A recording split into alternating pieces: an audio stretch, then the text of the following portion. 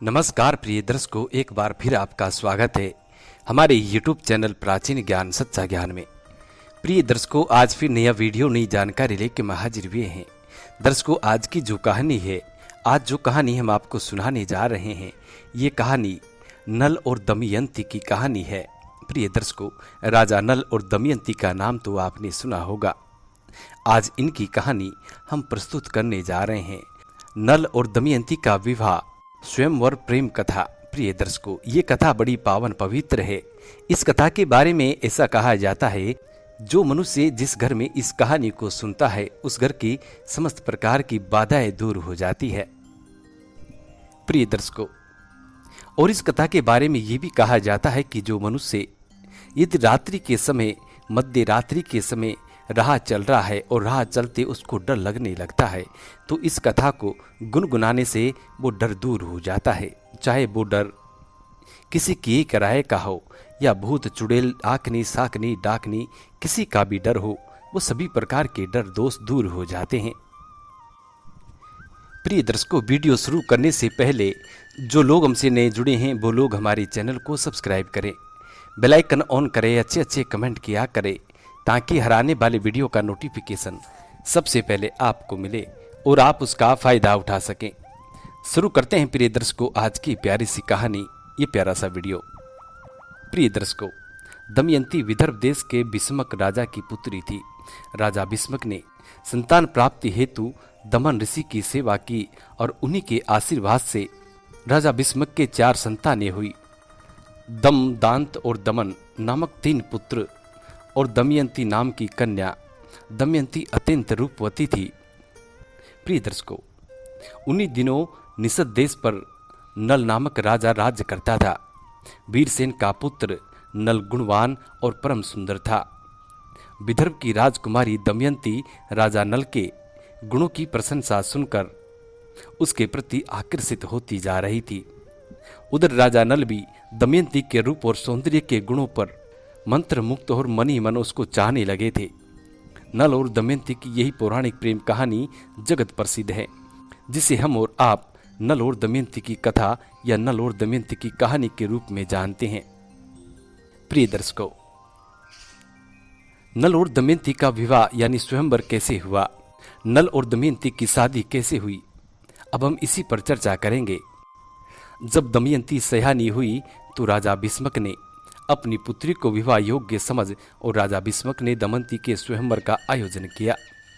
दमयंती के स्वयंवर का निमंत्रण पाकर दूर दूर देश के राजा महाराजा वहां पहुंचने लगे। राजा भीष्मक ने उनके स्वागत सत्कार की पूरी व्यवस्था रखी थी।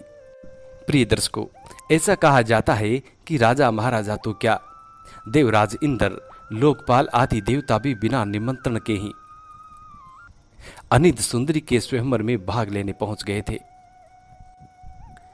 प्रिय दर्शकों, उधर राजा नल की कीर्ति सुनकर दमयंती उसे प्रति पूर्ण अनुस्तक हो गई थी और ये बात देवता इंद्र, अग्नि, वरुण और यम, जो कि इस स्वयंवर में भाग लेने आए थे, इन्हें पहले से ही ज्ञात हो गई थी। ये सभी चारों देवता दमयंती से विवाह करने के लिए उत्सुक थे। उन्होंने पहले तो स्वयं नल का भेष बदलकर अपना प्रतिनिधि दूत बनाकर वर्ग लाने के उद्देश्य से दमयंती के पास भेजा, किंतु उससे कोई प्रयोजन सिद्ध नहीं हुआ। दमयंती ने अपना निश्चय दोहराया कि मैंने तो अपने आप को राजा नल के चरणों में समर्पित कर दिया है। चारों देवता इस बात को सुनकर क्रोध हुए और सबने मिलकर एक उपाय खोजा कि उन चारों देवताओं ने नल का रूप धारण कर लिया और स्वयंवर सभा में जहां पर नल बैठे हुए थे उसी के पास आकर बैठ गए। प्रिय दर्शकों, स्वयंवर का सभा मंडल भिन्न भिन्न देशों के राजाओं से खचाखच भरा हुआ था। देवता, यक्ष, नाग, गंधर्व, किन्नर, मनुष्य, सभी समुदाय के प्रभावशाली व्यक्ति इसमें उपस्थित थे। प्रिय दर्शकों, जब दमयंती मंडप में प्रवेश करती है तो सभी प्रतियोगी संभल संभल कर खड़े हो जाते हैं, बैठे हो जाते हैं। दमयंती तब एक नरेश को देखकर आगे बढ़ती है। दमयंती की आंखें तो राजा नल की छवि देखने को उत्सुक थी और केवल नल को ही ढूंढ रही थी। आगे जा नल बैठे थे उस स्थान पर दमयंती पहुंची तो एक ही जगह 5 नल बैठे दिखाई दिए। सबका एक ही रंग, एक ही रूप, एक ही वेशभूषा। दमयंती अपने प्रियतम को नहीं पहचान सकी और दमयंती बड़ी उलझन में पड़ जाती है। मनी मन अपने परमेश्वर को याद किया और इस समस्या से उभरने की प्रार्थना की। उसके हृदय की सच्ची पुकार, राजा नल के प्रति अटूट अनुराग को देखकर ईश्वर ने उसे देवता और मनुष्य का भेद की बुद्धि प्रदान की। कुछ ही क्षण बीते थे कि दमयंती असमंजस की स्थिति से बाहर निकल जाती है। उसने नल बेशधारी 5 लोगों को गौर से देखा तो उससे ज्ञात हुआ, जो देवता नल का रूप धारण करके बैठे थे उनके शरीर पर पसीना नहीं है और उनकी पलकें नहीं झपकती थी, उनकी माला कुमलाई हुई नहीं थी और उनकी छाया नहीं पड़ रही थी। राजा नल से ये सब बातें भिन्न दृष्टिगोचर हुई और इसी रीति से दमयंती ने अपने प्रियतम को पहचान लिया और राजा नल के गले में वरमाला डाल दी। प्रिय दर्शकों, दमयंती को पाकर राजा नल अत्यंत प्रसन्न हुए। देव दुर्लभ वस्तु प्राप्त कर उसके हर्षित की सीमा नहीं रही। दमयंती जिसने देवलोक का अद्भुत वैभव और ऐश्वर्य ठुकरा कर राजा नल को स्वीकार किया। इतने बड़े त्याग को देखकर दमयंती के हाथों राजा नल बिना मोल बिक गया था। राजा नल उस परम रूपवती दमयंती का कृतज्ञ और आभारी था। दमयंती निषद नरेश नल की महारानी बनी। प्रेम और सुख से उनका समय बीतने लगा। प्रिय दर्शकों, अब हम आपको सुनाते हैं नल और दमयंती का किस्सा का दूसरा भाग। उनके विवाह के उपरांत उनकी प्रेम परीक्षा से शुरू होता है। प्रिय दर्शकों, सुख दुख का चक्कर निरंतर चलता रहता है। समय सदा एक जैसा नहीं रहता है। राजा नल गुणवान, धर्मात्मा और पराक्रमी थे, परंतु जुआ खेलने का एक दुर्गुण भी उनमें था और यही दुर्गुण उनके दुख का कारण बन जाता है। जुए में राजा नल अपना सारा राजपाट हार जाते हैं। जब भाग्य प्रतिकूल होता है तो विपरीत परिणाम ही प्राप्त होते हैं। प्रिय दर्शकों, रानी दमयंती की सलाह का भी उस पर कोई प्रभाव नहीं पड़ा। परिणाम स्वरूप शरीर से वस्त्र और आभूषणों को उतार के केवल एक वस्त्र पहने हुए दमयंती के साथ नगर से बाहर निकले।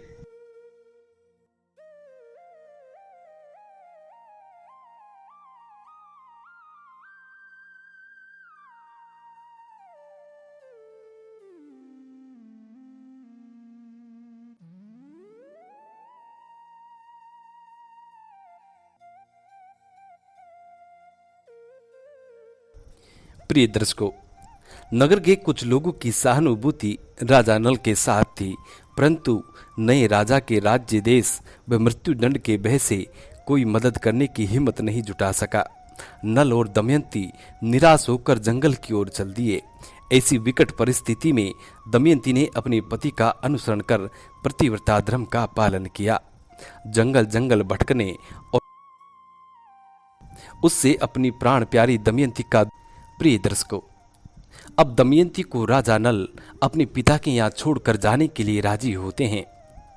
उनको मनाने से सारे प्रयत्न करने के बाद भी जब उन्हें कुछ भी नहीं सूझी तो वो एक दिन जब दमयंती सोई हुई थी तो उसे अकेला छोड़कर आगे चल दिए। जब दमयंती की नींद टूटी, जब उसने नल को अपने पास नहीं देखा तो भय और आशंका से वे कांप उठी। नल के वियोग में दमयंती अत्यंत दुखी अवस्था में इधर उधर भटकने लगी। प्रिय दर्शकों, दमयंती ने यह कभी नहीं सोचा था कि देवलोक के ऐश्वर्य को ठुकराकर मैंने जिस व्यक्ति से प्रेम किया वह राजा नल मुझे जंगल में अकेली और असहाय छोड़कर चले जाएगा। क्या ये पुरुष प्रकृति है या कठोर नियति? उसने अपने आप को संभाला और जो कष्ट उसे झेलना है उसे क्यों ना वह स्वयं भाव से झेले। ये सोचा सन्मुख आई विपत्ति का दृष्टांत से मुकाबला करना क्षत्रिय नारियों की अद्भुत परंपरा रही है। विकट परिस्थिति में भी उसका धैर्य नहीं डगमगाया और पतिव्रता का सतीत्व भंग नहीं होता। वह जब प्रतिकूल से प्रतिकूल स्थिति का मुकाबला करने को उद्गत हो उठती है तो उसे अनुकूलता में परिवर्तित कर देती है। प्रिय दर्शकों, दमयंती ने नल से बिछड़कर अनेक कष्ट भोगे, कष्ट सहे पर हार नहीं मानी और अपने प्रिय की खोज में लगी रही। अंत में उसे अपने निर्दिष्ट उद्देश्य में सफलता हासिल होती है और वे अपने पति राजा नल को खोज लेती है।